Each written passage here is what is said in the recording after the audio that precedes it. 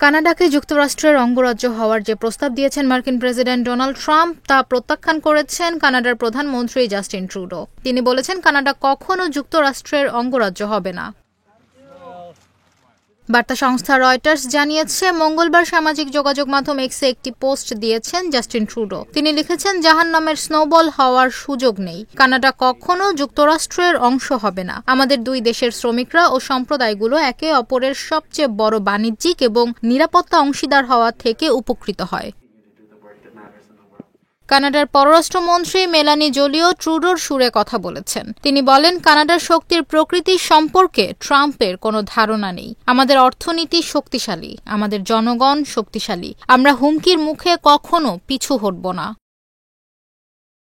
গত সোমবার Donald Trump তার নিজের সামাজিক যোগাযোগ মাধ্যম ট্রুথ সোশ্যালে লেখেন, কানাডার অনেক মানুষ আমাদের 51তম অঙ্গরাজ্য হতে চায়। কানাডাকে টিকিয়ে রাখার জন্য বিশাল বাণিজ্য ঘাটতি এবং ভর্তুকির চাপ যুক্তরাষ্ট্র ভোগ করবে না। জাস্টিন ট্রুডো এটা জানতেন, তাই তিনি পদত্যাগ করেছেন।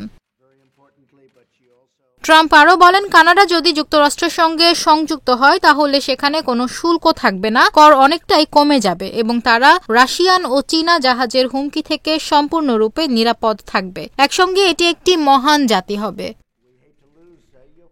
এর আগে প্রেসিডেন্ট নির্বাচিত হওয়ার পরই ট্রাম্প বলেছিলেন, ক্ষমতা গ্রহণের প্রথম দিনেই তিনি কানাডা থেকে আমদানিকৃত সকল পণ্যের ওপর 25% শুল্ক আরোপ করবেন। এরপর ডিসেম্বরে কানাডার প্রধানমন্ত্রী জাস্টিন ট্রুডো যুক্তরাষ্ট্রের সফরে গিয়ে ট্রাম্পের সঙ্গে দেখা করলে তখনও ট্রাম্প ট্রুডোকে বলেছিলেন কানাডা যেন যুক্তরাষ্ট্রের অঙ্গরাজ্য হয়ে যায়।